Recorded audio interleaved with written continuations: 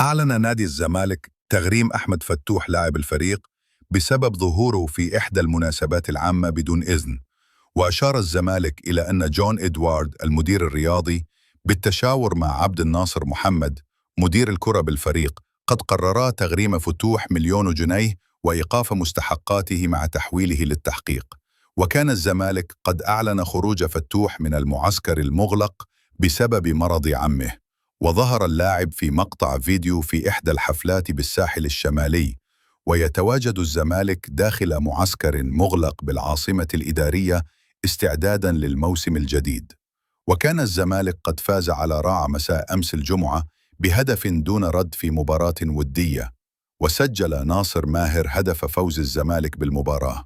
ويلعب الزمالك مباراتين وديتين أخريين بالمعسكر ضد الشمس ووادي دجل مساء اليوم 19 يوليو ويوم 25 يوليو المقبل.